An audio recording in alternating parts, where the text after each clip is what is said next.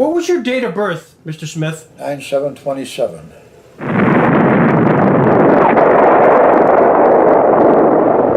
December 7th, 1941, a date which will live in infamy. I was sitting in a movie theater in Tonawanda. I forget what the picture was now and so forth, but they blasted over the screen. Japanese had just bombed Pearl Harbor. And that war will probably be declared, something to that effect. I don't remember all the names and so forth. But there happened to be a guy sitting behind me. He was a chief in the Navy. And he got so excited and so forth, he jumped up and he says, I got to get back, I got to get back. So he, you know, I don't know where he was stationed, but he left and he was ready to go. Senior, but I left half a year to go, and I was going to be drafted and my dad got hurt, so I had to quit and finish out the time that I had working. But I got drafted anyway, and instead of me going into the Army, I didn't want to do that. I enlisted in the Air Force. And that was kind of called the U.S. Army Air Force. I was the Army Air Force at the time. Before I even went in, my two buddies wanted to join the Marines. And I said, okay, I'll go with you. So the night before, we went out and celebrated a little bit. I said, I'm not going to booze it up. But they did. They boozed it up like crazy, and I drank pop all night. Whatever I did, I drank pop. I drank as much pop as they drank beer and booze, whatever it was, and so forth. But the next day, when we went for our physical, they passed, and I didn't. I showed sugar from all that pop and so forth. I'm sorry, I got a little bit of sugar here, and the Marines wouldn't take me. Well, I said, okay. So I turned right around. I enlisted in the Air Force. That's a great story. The war was just winding down. Mm-hmm. Well, they sent me to Keesler Field, Mississippi for my basic training. And that wasn't too long. And after that, they sent me to Scottsfield, Illinois for radio mechanics school, electronics technician. And that's what I finished as when I come out of school, out of Scottsfield, Illinois. And strangely enough, right off the bat, they had an urgent need for electronic technicians because as the war was winding down, the way Germany was, the Army was going through Germany, taking all these villages and so forth. And Germany is only about the size of Texas. And all these little towns all through Germany, they all had airfields. And none of them were as big as any airfield that we had, because the biggest bombers that they had at the time was a Stuka Diver bomber and so forth. So yeah, the airfields were small. And when the guys went through to overtaking these small airfields, we probably had to go in, which was part of my job, to go in and work on these airfields, the towers, to get them operating and to get the radios in the proper frequency and so forth, so that our planes could fly in on the proper code and so forth, whatever the case might be. Well, I landed in Frankfurt, Germany. No, they flew me over in the C-54. C-54. That's what it was. One of those big transport planes. There was three of us. And we landed in Paris the first night, Paris, France. And it was only there a day or two when they put us on a train to go up to with Frankfurt, Germany was clear at the time, so we got into Frankfurt, Germany. We was there for just a few days, a week or so, and because the Army was moving through real fast. So the first operation that I had was I was sent into Wiesbaden, Germany. And I worked in there for quite a while, getting the proper frequencies on the transmitters and so forth, and that was pretty good. And the Army was still going through, and there was a winding down practically. They were practically almost into Berlin at the time that I was there. And right after the war, they split up Germany into different zones. Mm-hmm. American zone, the English and the French zone, in the Russian zone. My CEO at the airfield in Wiesbaden said that the French had a zone, place in the French zone where the Americans came through, and they put in a radio range station. Into the town was Gmunden, in the French military zone, and I was in charge of this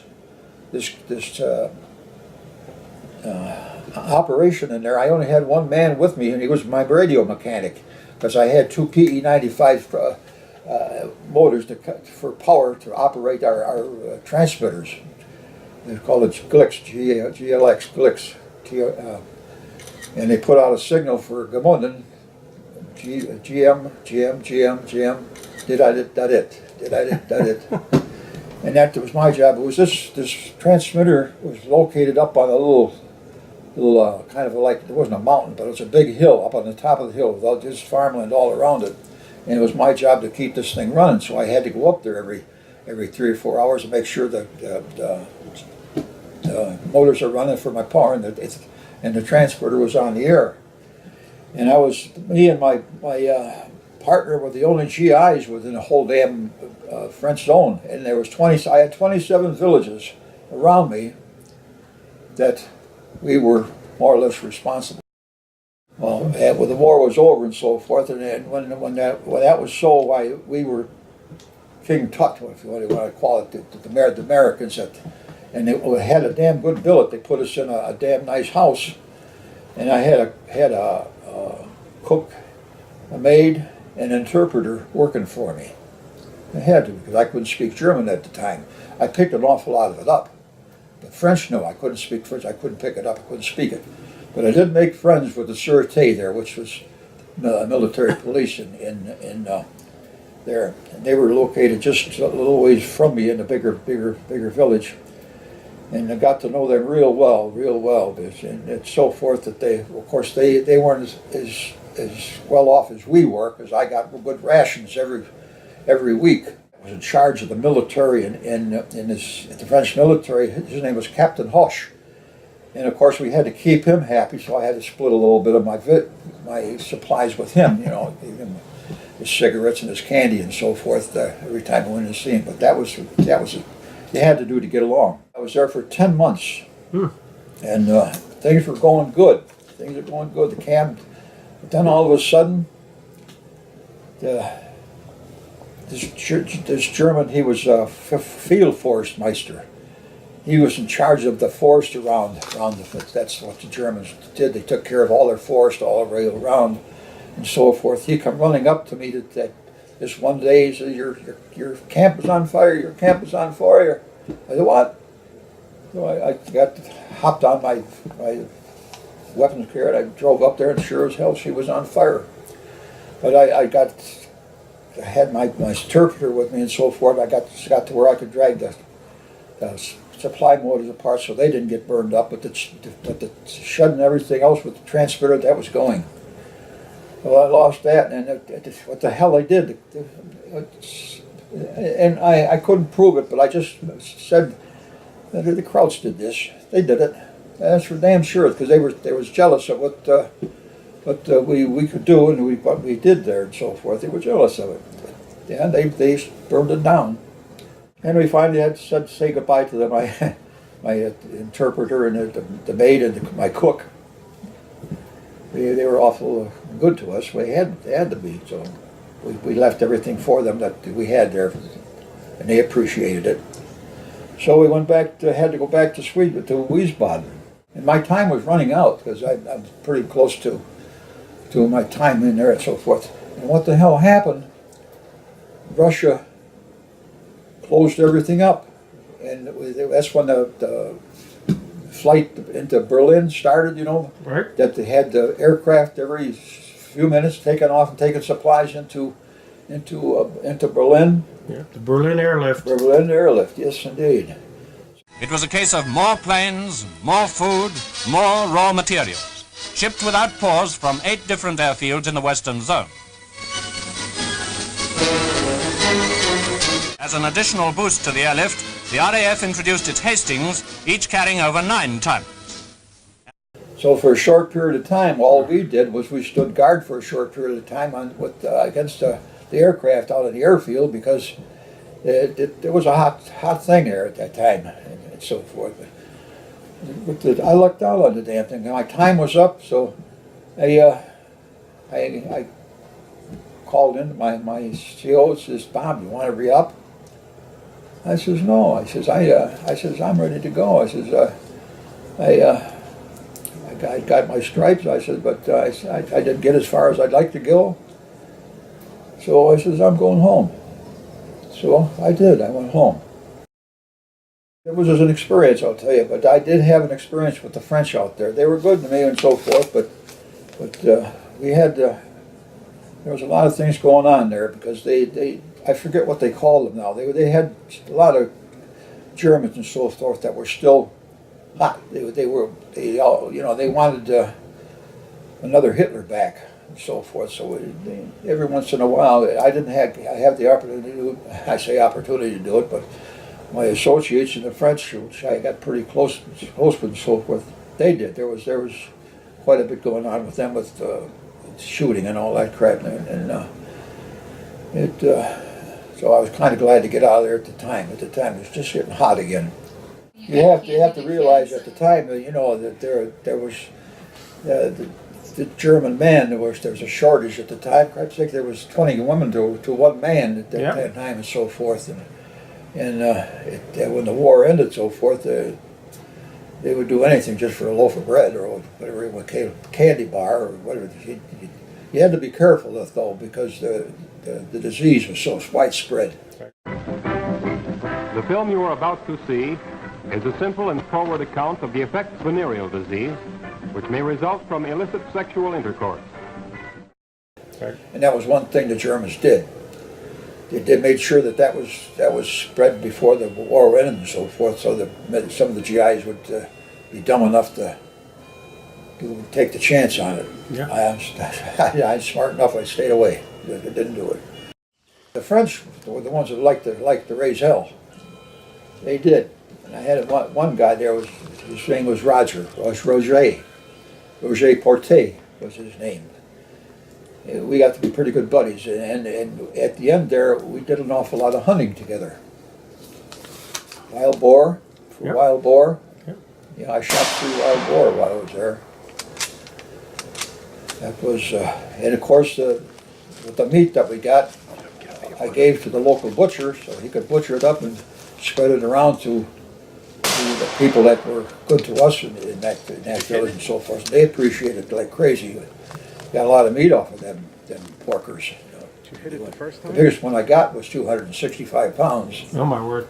Oh, they were good. They couldn't believe that the war was over, and believe it or not, they could not believe all the things that we were accused them of, and that they did.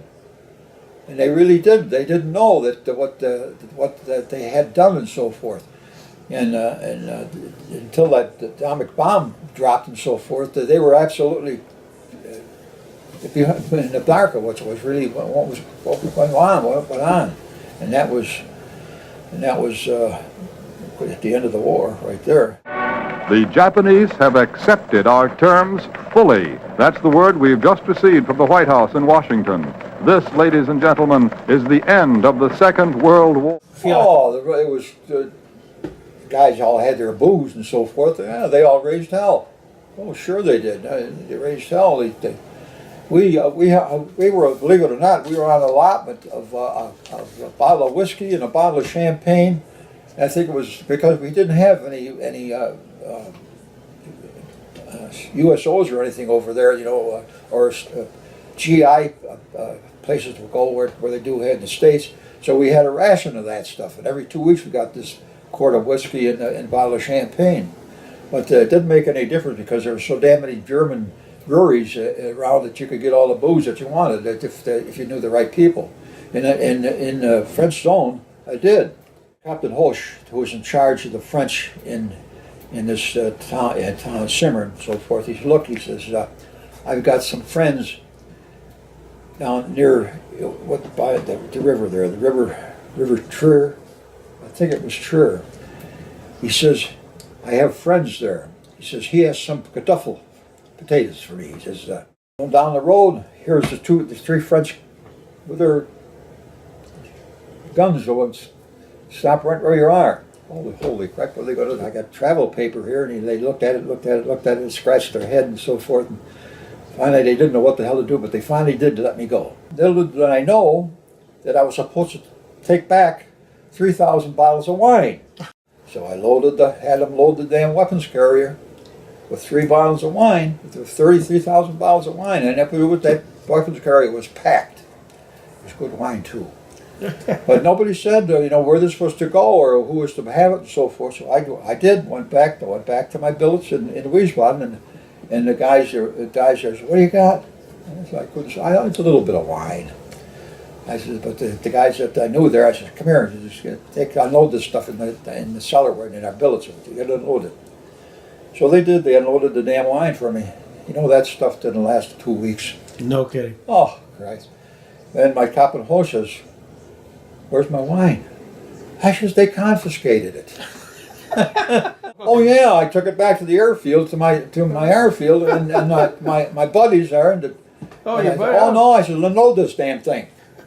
But nobody knew that I had it, and Hosh thought sure as hell I confiscated it. And he said, "Oh hell," he said, "that we lost it." I said, "Yeah, we lost it."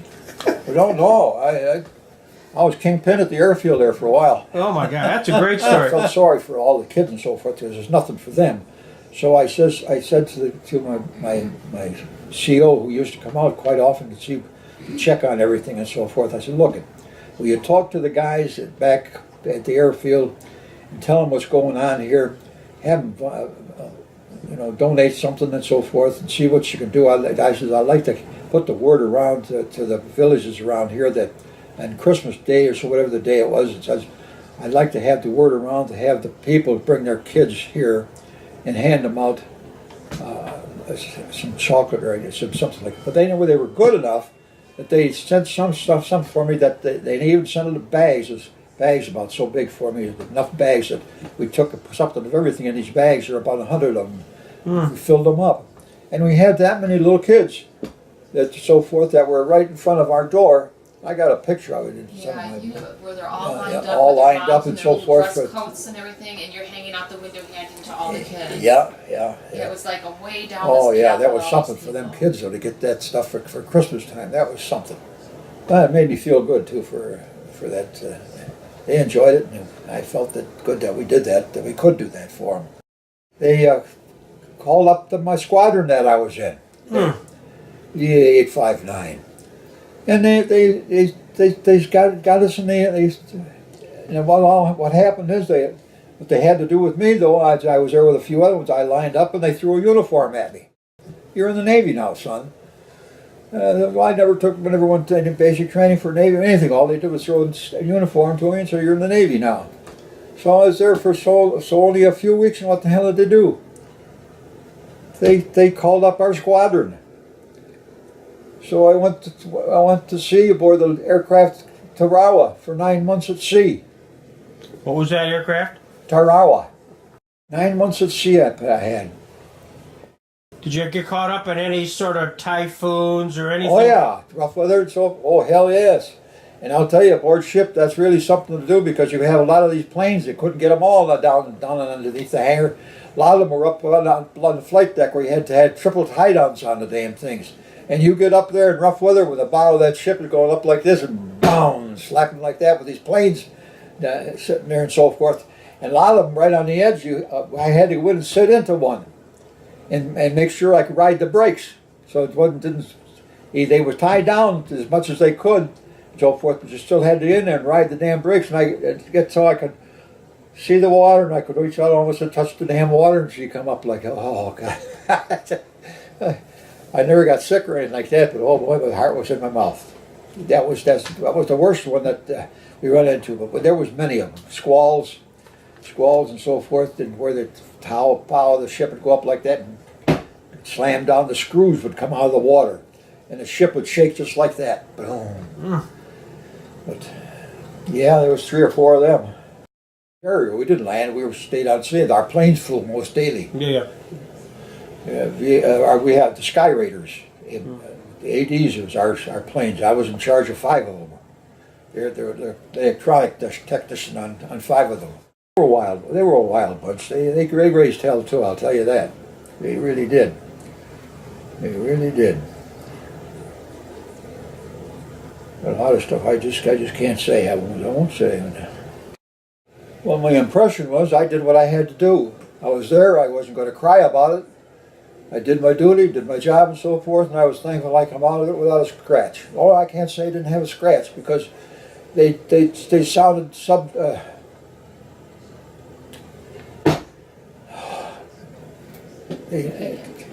oh, my mind slipped. They charged, sounded, not subs and quarters, but General quarters. general quarters and so forth. And I was on the flight deck at the time, so I had to get down to where I'm supposed to be, down in our billet and so forth.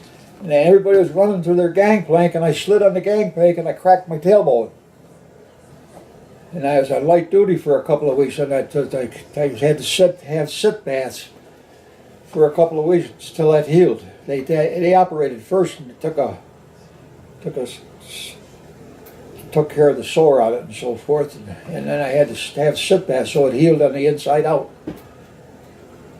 That was the only problem that I had. Otherwise, I just did my duty, did my job.